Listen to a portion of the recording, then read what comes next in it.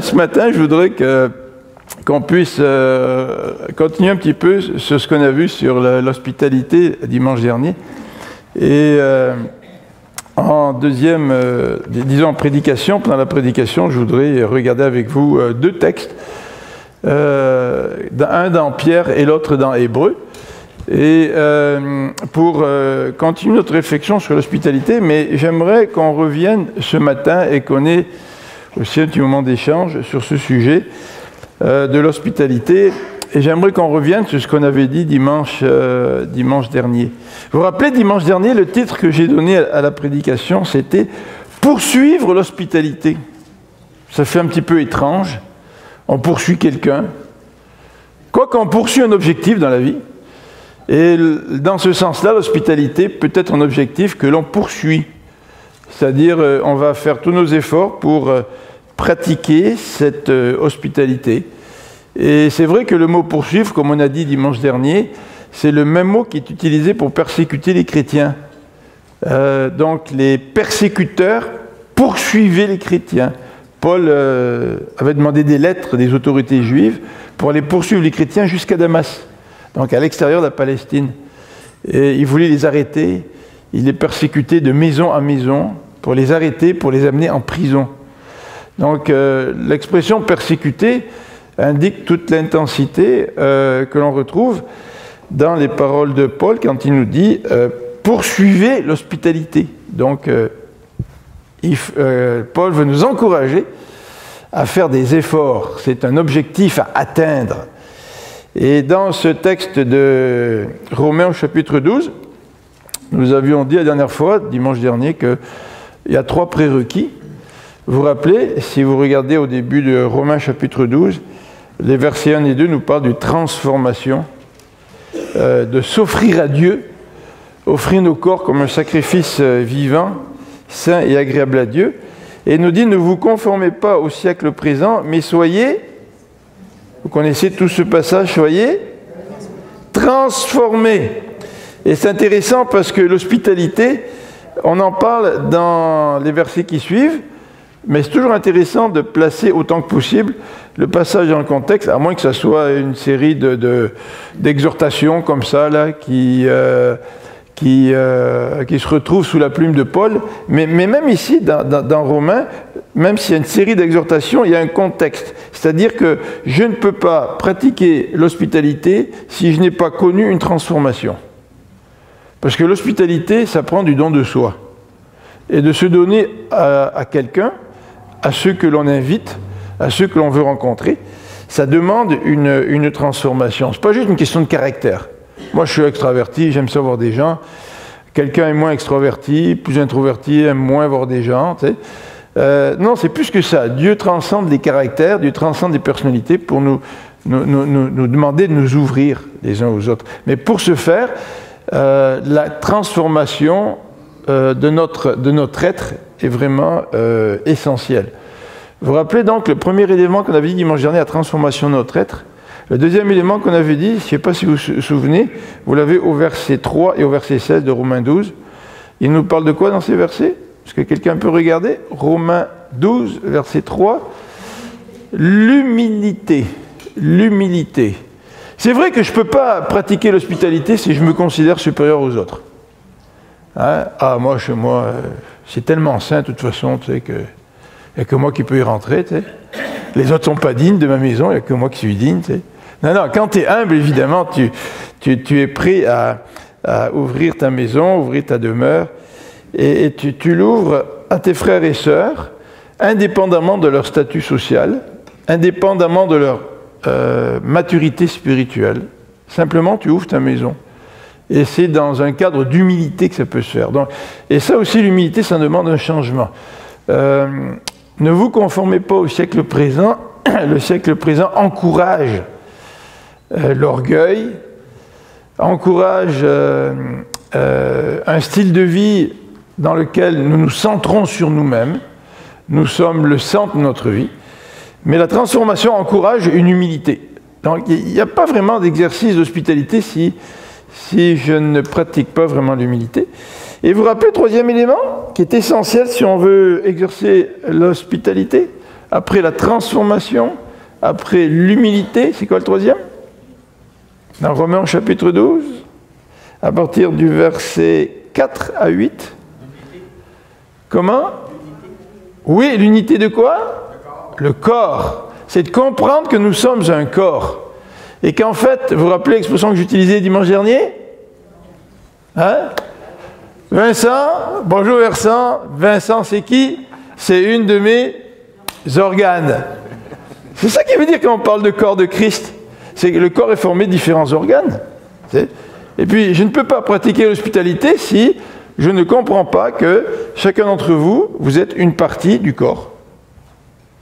Et ça, c'est bouleversant parce que moi, je vous regarde là, puis on est tous différents les uns des autres. Hein.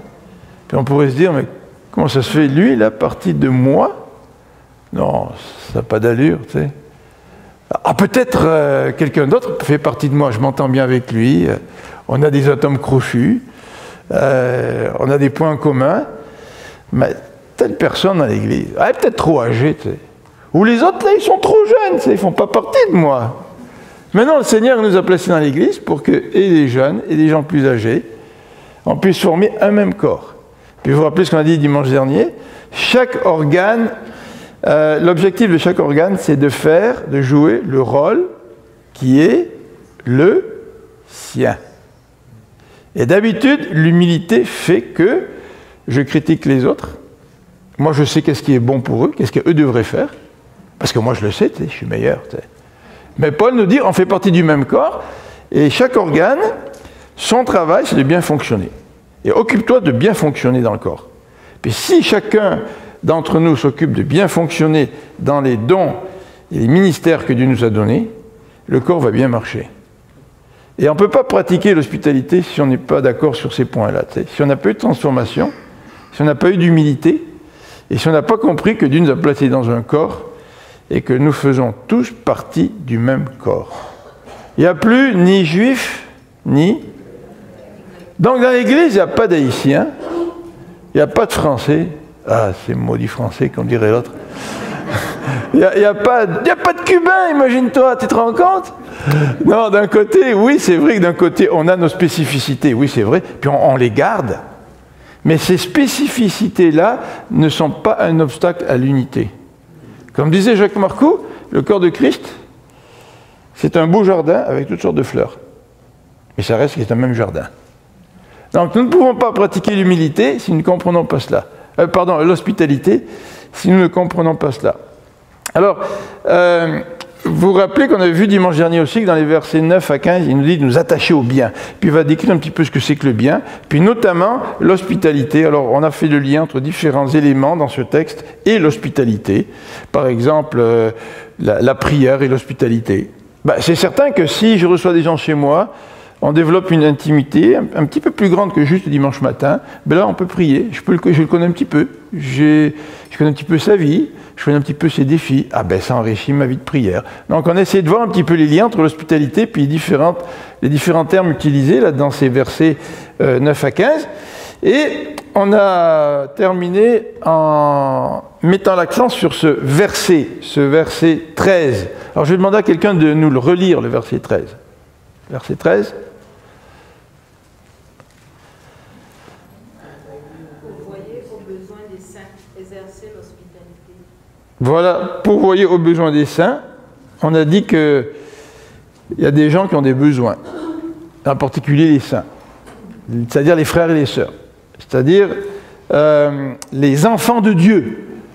Alors c'est assez surprenant parce que Dieu nous dit que nous avons tout pleinement en lui. Alors, Rosine, est-ce que tu as des besoins si tu as tout pleinement en Dieu? Ben oui, le Seigneur dit qu'on a quand même des besoins. Puis nous avons tout pleinement en Dieu, mais Dieu répond à nos besoins, et souvent il le fait par l'intermédiaire de qui? Des frères et des sœurs. Alors on ne peut pas dire, Vincent, tu as tout pleinement à Dieu, mon frère, là, t'es nu, t'as faim, prie le Seigneur, il va répondre à tes besoins. Tu sais, c'est ce que dit Jacques, vous vous rappelez? Et puis Jacques dit, ça n'a pas d'allure de faire ça. La version sommaire de ce qu'on a lu, oui. C'est vraiment bon. Oui, vas-y, c'est la version que j'ai, là, que je lis depuis quelque temps. Soyez solidaires, toujours prêts à pratiquer l'hospitalité. Voilà. refus de pratiquer cette hospitalité. Voilà, alors c'est la deuxième partie du verset, après avoir énoncé cette réalité que nous avons tous des besoins, même si Dieu est tout pour nous, là, on a des besoins, ben, le semeur nous dit, dans la version, soyez-en solidaires. Donc je devrais être solidaire des besoins de mes frères et sœurs. Puis vous vous rappelez, qu'est-ce qu'on a dit la semaine dernière, c'est quoi le terme employé pour soyez-en solidaires ou participer aux besoins des saints? C'est le terme communion. Koinonia. C'est le terme communion. Alors qu'ici, la semeur traduit par soyez-en solidaires, ça veut dire soyez en communion. Mais le mot communion, on l'utilise à toutes les sauces. C'est on est en communion, les frères et sœurs, c'est communion, puis c'est un petit peu en rapport avec le corps de Christ, c'est un petit peu l'Église universelle, on est en communion. Moi je suis en communion avec les Chinois en Chine, mais je ne les vois pas les Chinois en Chine, puis je ne vis pas avec eux. Là, mais c'est vrai qu'on a un lien spirituel, mais ce n'est pas une communion spirituelle qu'on a entre nous, c'est aussi une communion pratique, communautaire, fraternelle, il faut qu'on soit solidaire. Alors le texte ici donc nous parle de communion et il nous dit il faut toujours prêt à pratiquer l'hospitalité, mais le terme qui est employé, comme je vous ai dit, c'est le terme qui est employé pour indiquer la persécution. Je persécute les chrétiens. Je poursuis l'hospitalité. C'est le même terme. Même verbe. D'accord? Donc c'est très très fort. Je poursuis quelque chose. Donc ça prend de l'effort, ça prend des objectifs, ça prend un désir. C'est pas juste des émotions, tu sais. Ah, je l'aime lui, oh, je l'aime, tu sais. Seulement, je fais rien, tu sais. Ça reste au niveau de mes émotions. Tu sais. Alors, ce matin, j'aimerais que nous puissions réfléchir un petit peu à des aspects un peu plus pratiques sur l'hospitalité. On va voir d'autres versets bibliques dans la prédication. Comme je vous ai dit, là, celui de Pierre et celui d'Hébreux. Mais vous pouvez vous poser des questions. Nous pouvons nous poser des questions face à ce commandement, l'hospitalité. D'accord? Quelles questions vous posez? Quand la Bible nous dit « poursuivez l'hospitalité », à quoi vous pensez là? Si vous voulez appliquer ça dans votre vie, quelles sont vos questions? Le Seigneur n'est pas contre un dialogue avec lui, tu sais, pour dire « Seigneur, tu veux que je pratique l'hospitalité, mais… » Comment vous finirez la phrase? Ouais, mais on va mettre un « mais » pour l'exercice. Je sais, Monique, faut pas. Quand un Seigneur donne des ordres, il faut pas mettre des mais. Mais parfois, avant de vraiment, comment dirais-je, mettre en pratique ce que le Seigneur nous dit, des fois, il faut qu'on raisonne un peu, tu sais, puis on argumente un peu avec le Seigneur. Puis on lui dit, mais Seigneur, mais tu sais, il faut pas faire comme Jonas, par exemple, tu sais. Si le Seigneur lui dit, écoute, va à Ninive, puis Jonas lui dit, mais Seigneur, ça n'a pas d'allure, les Assyriens sont nos ennemis. Ils empalent leurs adversaires là, sur des poteaux. C'est des gens cruels. Pourquoi tu veux que j'aille prêcher l'évangile, tu sais, aux gens de Ninive? Bon, quand on pose des questions à Dieu, c'est correct. Tu sais. Dieu va nous répondre, il va nous dire, il va nous expliquer. Tu sais. Dieu ne demande pas nécessairement d'obéir les yeux fermés sans rien comprendre. Dieu est d'accord de parler avec nous. Mais quand Jonas, il comprend vraiment ce que Dieu dit, puis qu'il dit, ok, Ninive c'est par là, je prends le bateau pour aller par là. Là c'est autre chose. Ben, Dieu accepte nos discussions, nos questions. Vas-y Vincent. Moi ce qui me vient en tête, c'est les obstacles qui m'empêchent d'exercer cette hospitalité-là. Je ne sais pas si vous avez déjà vécu ça, mais moi chez nous, lorsque ma mère, c'est culturel, là, lorsque ma mère recevait, elle ne pouvait pas recevoir sans faire un repas sans couvert. C'était inconcevable. Par respect, pour honorer les invités, ça prenait une grosse table pour recevoir. Et si on ne pouvait pas présenter cette table-là, bien, on ne recevait pas. C'est un peu bête de se priver de la relation les uns qu'on a avec les autres parce qu'on n'a pas les moyens de recevoir une grosse table ou parce qu'il y a un poil de chien qui traîne à terre à quelque part. Ben, il vaut mieux qu'il traîne à terre que dans la soupe, Vincent. Alors, l'idée là-dedans, c'est à un moment donné de comprendre que ce n'est pas un étalage de nourriture que je veux faire, bien que la nourriture, bien, souvent, ça rassemble les gens, mais c'est de se rencontrer pour prendre du bon temps, tout simplement, et passer par-dessus cet orgueil-là pour chercher... Alors, finalement, ma phrase, Seigneur, tu veux que je pratique l'hospitalité, mais... j'ai peut-être pas le temps de me préparer comme il faut pour faire un repas comme je voudrais le faire. J'ai peut-être pas les moyens de le préparer. J'ai peut-être pas les moyens, donc peut-être l'argent, ça coûte cher, là, tu sais, si tu veux faire quelque chose de qualité. Puis j'ai peut-être pas la vaisselle de cristal de mon frère, tu sais, je suis allé chez lui, là, ou j'ai peut-être pas l'énergie, hein, parce que des fois c'est une question d'énergie aussi.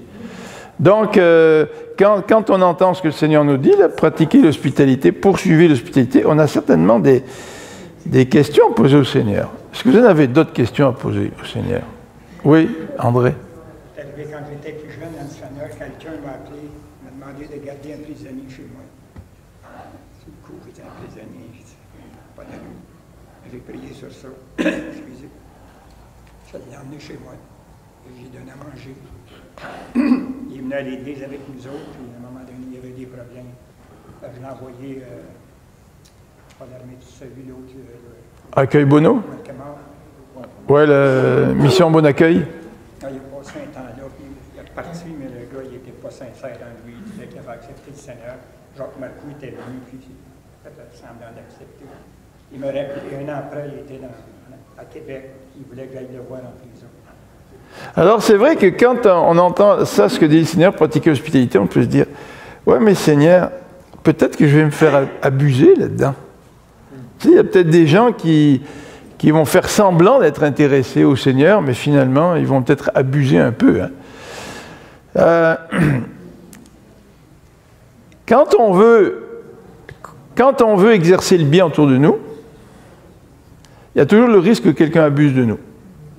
C'est vrai ça. Mais il vaut mieux qu'on accepte ce risque-là que de dire, Seigneur, à cause d'un danger potentiel ou d'un risque quelconque, ben, je n'accomplis pas ce que tu me demandes de faire. Hein? Mais c'est vrai ça. C'est vrai. Et moi, je pratique l'hospitalité envers Sem, là. Ça, il veut lever la mer, regardez, donc je vais couper l'herbe sous les pieds. Quand il vient chez moi, il cherche toujours mes muffins au chocolat et aux bananes. Puis c'est mes muffins que je préfère. Alors quand il vient chez moi, puis qu'il reste 2 muffins, ben je ne peux pas les cacher, parce qu'il sait où c'est, tu sais. Alors il ouvre les portes, puis il va les chercher, puis il a un flair pour les muffins. Non, j'exagère. Vas-y, Sam. Lisa. Vas-y, Lisa.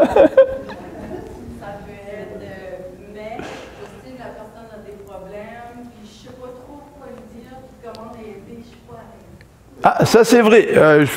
Le Seigneur me demande de pratiquer l'hospitalité, mais je ne suis pas très à l'aise. Je sais que la personne a des problèmes, elle en parle peut-être un petit peu à l'église, puis je suis un peu démuni, je ne sais pas toujours quoi faire. Et pour nous, c'est un obstacle. Hein? Et souvent aussi, l'hospitalité, on a du mal à pratiquer parce que c'est un peu l'inconnu. Hein?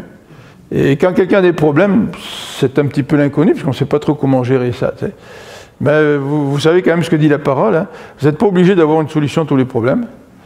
Même parfois, si quelqu'un a des problèmes et qu'elle vient chez vous, la personne, le fait de faire autre chose, le fait peut-être de ne même pas parler des problèmes, ou peut-être de prier un petit moment ensemble, tu sais, mais de faire autre chose. Des fois, ça fait plus de bien que de ressasser les problèmes. Alors des fois, on se dit, ah, je ne sais pas quoi faire, je ne sais pas quoi faire. Mais peut-être que la personne, ce qu'elle a besoin simplement, c'est de changer les idées.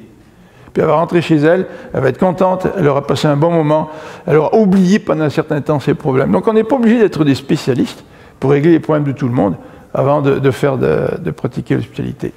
Sem. La culture, comme dirait l'autre, c'est comme la confiture. Moins t'en as, plus tu l'étales. C'est bon? Non, c'est pas du tout ce que Sem voulait dire. Vas-y, Sem.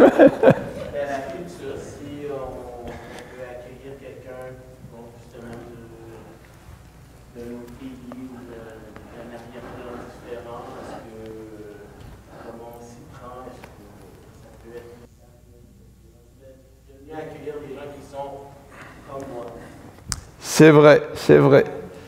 Moi, j'aime ça aussi quand des gens viennent chez moi qui sont comme moi. Parce que je suis sûr que je ne mangerai pas de concombre, tu sais. Mais c'est vrai que quand les gens sont différents, et puis ça ressort dans la culture, on ne sait pas trop comment faire. Mais il y a toujours possibilité de se renseigner un petit peu à l'avance. Hein. Moi, j'aime ça quand les gens m'invitent puis qu'ils me disent « Est-ce que tu aimes ce que je vais faire ?» Comme ça, j'ai moins de problèmes. Non, je plaisante. Mais c'est vrai qu'on peut se renseigner avant. On peut dire avant, non, c'est vrai, on peut dire est-ce que tu aimes le plat qu'on va préparer ou quelle est ta culture, est-ce que chez toi ou est-ce que dans ta conscience, avoir un petit peu de vin à table, est-ce que c'est acceptable ou est-ce que tu n'es pas à l'aise avec ça? L'apôtre Paul nous dit qu'il faut se faire tout à tous. Donc, il y a quand même une façon d'essayer de connaître un petit peu les gens, de poser des questions, on va les inviter. Puis c'est l'occasion de se rapprocher aussi, c'est l'occasion de se connaître. T'sais. Le but, c'est pas de dire à Vincent, ah voyons donc Vincent, voyons, tu pourrais prendre du vin un petit peu à table. Mais non, mais lui, si dans sa conscience, il a décidé de ne pas en prendre. Ben moi, je suis là pour respecter la position de Vincent. Je ne suis pas là pour le forcer à accepter mes propres opinions. Moi, je suis là pour faire des ponts avec mon frère ou avec ma sœur.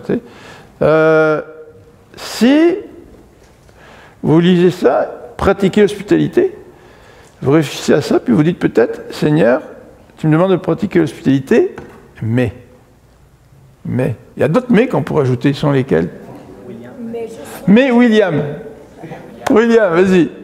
J'en profite, on est dans le sujet de l'unité présentement. En tant que chrétien au Québec ici, le terme qu'on entend le plus souvent, c'est égalité. Ce que je me demande, c'est est-ce qu'il y a un lien entre égalité et unité ou est-ce que les deux sont totalement différents? Bon, ouais, c'est un petit peu comment tu dis ça, un thème un petit peu parallèle, là. Mais pour rapidement y répondre, dans la Bible, on est tous unis, égaux devant le Seigneur. C'est-à-dire qu'on est co-héritiers, co-héritières. Les hommes, ils n'ont pas plus d'héritage que les femmes, même si dans l'Ancien Testament, le fils aîné avait plus d'héritage. Ça ne marche pas comme ça sous le Nouveau Testament. On est tous co-héritiers, co-héritières. Il n'y a plus ni homme ni femme, il n'y a plus ni juif ni grec, il n'y a plus ni esclave ni homme libre. Il n'y a plus de race qui fait qu'on aurait des rapports interraciaux selon enfin toutes sortes le fruit de l'histoire et puis d'inégalités, etc. Non, il n'y a plus de ça dans la famille de Dieu. Par contre, dans la famille de Dieu, il y a des gens qui ont des dons différents. Il y a des gens qui ont des dons plus visibles que d'autres. Il y a des gens qui ont des responsabilités plus que d'autres. Mais ce n'est pas parce que tu as une plus grande responsabilité, par exemple, que tu es inférieur à quelqu'un d'autre. Ce n'est pas vrai. La Bible dit qu'on est tous égaux devant Dieu. Ça répond un peu à ta question? Qu'est-ce que vous diriez donc? Allez, oui, Marjorie. Il y a aussi la peur du refus. Oui. Quand on va vers la personne et que la personne nous refuse. Oui, ouais, c'est la peur du refus. Ouais. Ouais. Tu me fais penser à quelque chose d'autre. Parfois, quand on est invité, d'accord? Là, je me place de l'autre côté. Je suis invité. Puis là, je me dis, est-ce que je devrais accepter? Le problème n'est pas toujours du côté de celui qui invite. Le problème, des fois, du côté de l'autre. Il dit, est-ce que je devrais accepter? Parce que si je me fais inviter, il va falloir que je rende l'appareil. Puis moi, j'ai pas tellement... moi, je ne peux pas faire aussi bien que l'autre qui m'invite. Et puis si je me sens obligé de rendre l'appareil, puis que je ne suis pas tellement attiré par ça... non, je vais peut-être dire non, là, tu sais, trouver des sortes d'excuses, là, tu sais. Qu'est-ce qui avait levé la main, c'est Normand? Vas-y, Normand. Peut-être aussi, vous allez être hospitalier, mais j'ai un gros chien de 156. T'as un gros chien, hein? Où il est, Brutus? C'est quoi votre chien? C'est quoi votre chien? Oui. Un pitbull. Alors, s'il vous invite, là, n'allez pas chez lui, je vous le dis, là. Non, mais on est allé chez vous une fois, hein, avec Roland.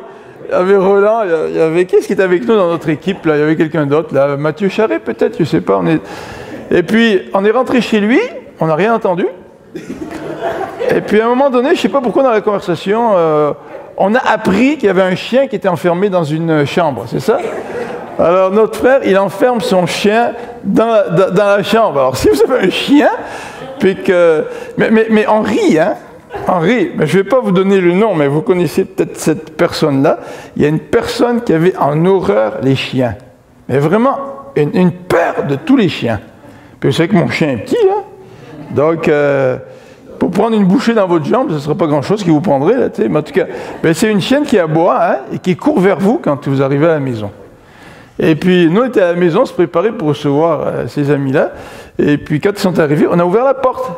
Puis le chien, tout content, il sort en aboyant, tu sais, vers le couple.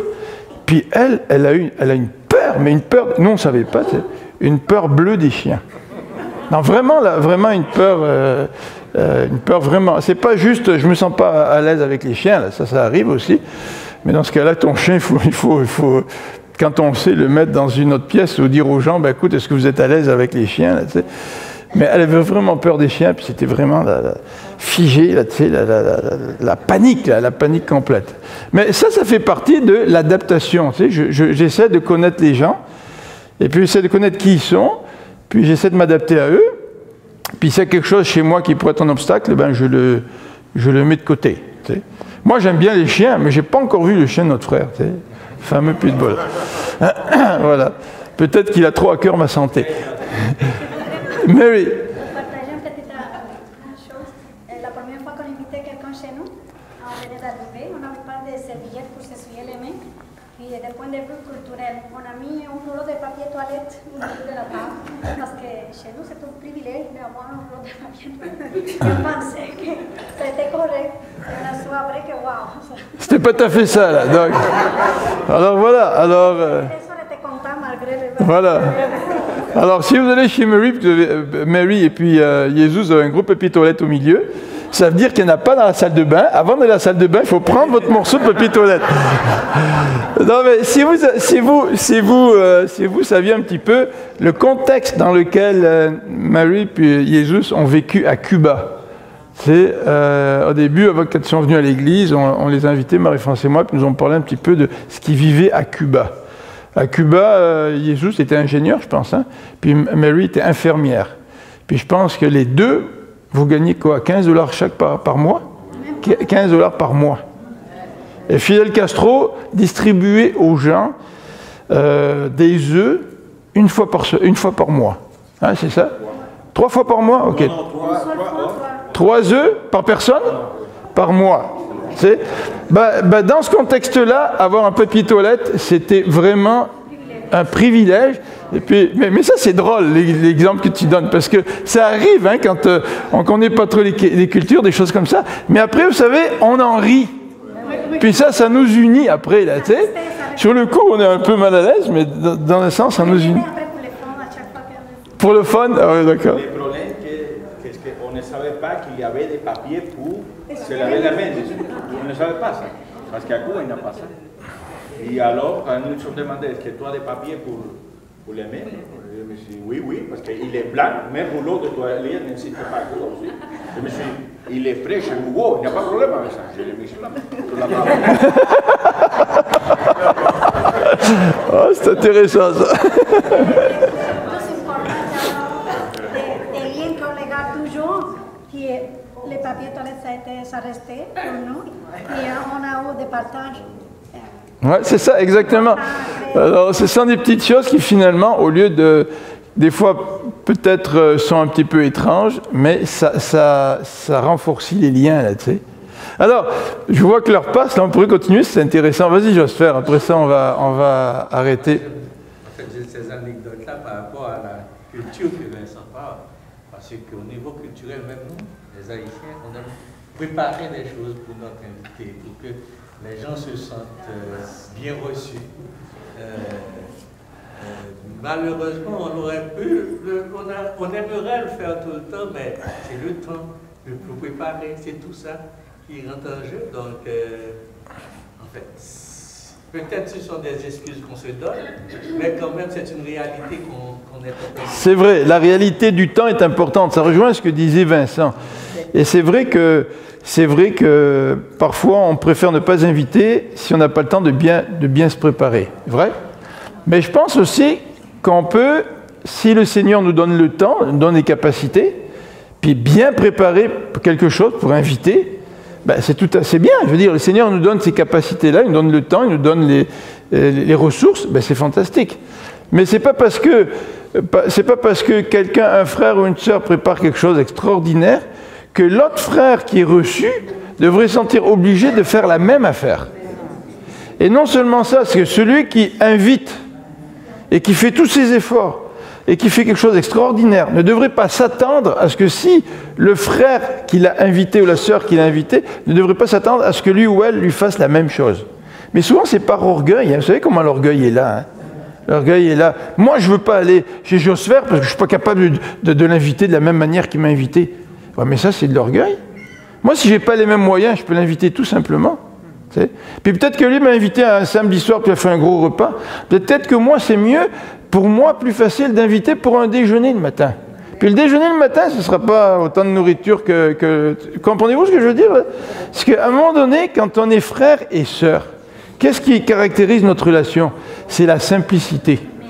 Alors si, à un moment donné, tu peux faire quelque chose d'extraordinaire pour ton frère il est content, mais ton frère, il ne va pas exiger que tu fasses la même affaire.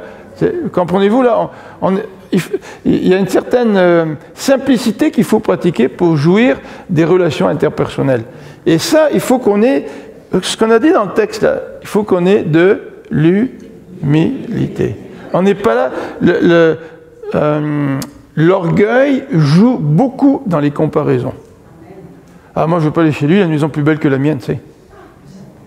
Tu sais, pour ceux qui sont venus chez moi, là, nous, on a acheté une maison qui date de 75, et puis ça fait plus de 24 ans bientôt qu'on est là. Pendant plus de 22, 23 ans, on a gardé une vieille salle de bain en haut. Tu sais. Puis c'est vrai que la salle de bain était vieille. Puis elle n'était pas du tout à la mode, puis elle était mal faite, tout ce que vous voulez. Là. Mais c'est pas grave, tu sais. Je ne vais pas me dire, je vais me priver d'inviter quelqu'un, parce que moi, je vais mettre le rouleau de toilette sur la table, puis je vais leur dire qu'il y a des bécosses dans l'arrière, là, tu sais, parce que je ne veux pas qu'ils aillent dans mes toilettes. Mais non, tu sais, je veux dire, à un moment donné, il faut qu'on ait une simplicité. Tu sais. Puis on n'a pas tous le même niveau social, c'est vrai. Tu sais. Mais qu'est-ce que ça fait? Qu'est-ce que ça fait? De toute façon, tout ce que j'ai, c'est le Seigneur qui me le donne. Alors, le Seigneur, il m'a donné une salle de bain qui est vieille, puis je dis merci, Seigneur, pour la salle de bain qui est vieille. Vincent? Parlant de simplicité, un rapide témoignage, j'allais dans une autre église avant, puis quelqu'un est venu m'inviter à dîner. Et puis, j'avais pas le goût, j'étais fatigué, puis je n'étais pas au sommet de ma forme, tu sais. Et puis, finalement, je lui ai dit, écoute, c'est vraiment gentil de m'inviter, mais je suis fatigué, j'ai besoin de me reposer, tu sais. Et puis, il m'a dit, tu sais quoi, moi, là, je vais te prendre comme t'es. Je ne te prends pas au sommet de ta forme, je vais te prendre comme t'es. Fait que si tu as juste le goût de te reposer, viens-t'en, on va s'écraser, et puis on va juste être ensemble, puis c'est tout. Je suis allé, on est allé chercher une baguette de pain, 2 fromages, on a mangé sous les pains, et puis toute l'après-midi, moi et lui, on a piqué un somme en dessous des pains pendant que les gens se réveillent. Mais ça, je vais m'en souvenir toute ma vie, simplement parce que la personne m'a pris comme ça. C'est ça. Et ça, c'est une marque d'amour, c'est pas juste l'hospitalité, c'est le fait de dire, ben, je sais que tu n'es pas toujours au-dessus de ta forme, on n'est jamais tout le monde à notre temps. Ça ne devrait pas nous empêcher de nous côtoyer pour autant quand on s'accepte les uns les autres. Il y a juste ma femme qui est tout le temps en super forme. Superwoman. Ben, ce que dit Vincent, ça me fait rire aussi, parce que quand j'étais pasteur à l'église de Sainte-Rose, je suis arrivé là, j'avais 33 ans, et c'était mon 2e pastorat, puis j'étais un des plus âgés de l'église. Alors là, on était tous des jeunes familles, puis on se rencontrait tout le temps. Et les dimanches, on allait chez un des frères de l'église qui avait une piscine creusée. Puis je ne vous dirai pas tous les jeux qu'on faisait dans la piscine, mais on avait vraiment du fun, avec les enfants puis les adultes aussi. Mais il y en avait un, il dormait toujours l'après-midi. Il faisait une sieste l'après-midi. C'est vrai ça. On allait chez lui, on était dehors, on était dans une cour, il dormait pendant une demi-heure ou 1 heure. Nous, on riait tout le temps de lui, on le taquinait là-dessus, mais n'empêche, il venait tout le temps, puis on l'acceptait tel qu'il était, puis on avait du bon temps ensemble. On va finir avec toi, Lisa.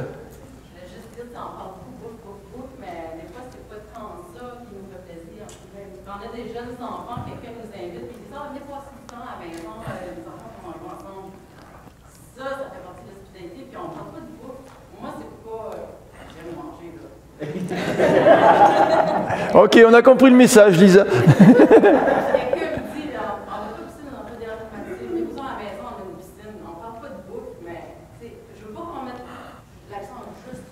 C'est ça, c'est ça. Alors on va s'arrêter là, mais dimanche prochain, on va continuer à parler un petit peu des aspects pratiques de l'hospitalité. Et tout ça dans l'optique d'encourager l'Église à pratiquer l'hospitalité cet été. Et je vais vous faire quelques... C'est ça, voilà. Voilà. Et donc je voudrais arriver à vous faire une petite proposition d'une couple d'activités au sujet de l'hospitalité pour s'encourager à pratiquer l'hospitalité. Mais vous savez, le texte qu'on a vu dimanche dernier dans Romains 12, verset 13, poursuivez l'hospitalité. L'Église peut être un moyen d'encouragement, un catalyseur, vrai, pour qu'on s'encourage. Mais l'Église ne peut pas prendre des décisions individuelles. Alors, il y a d'autres obstacles à l'hospitalité. Juste, je vais vous en signaler 2 ou 3, puis on en parlera peut-être dimanche prochain. Moi, je suis tout seul. Je ne vais pas faire la cuisine. Ou moi, je suis un jeune de 20 ans, j'habite dans une chambre, là. Ou moi, je suis une personne âgée, et puis je cuisine pratiquement plus. Et j'habite dans un petit 3,5. Est-ce que c'est pour moi, ce que dit le Seigneur, ou c'est pas pour moi? On pourrait en ajouter des « mais ». Alors, on va continuer dimanche prochain. On va prier ensemble.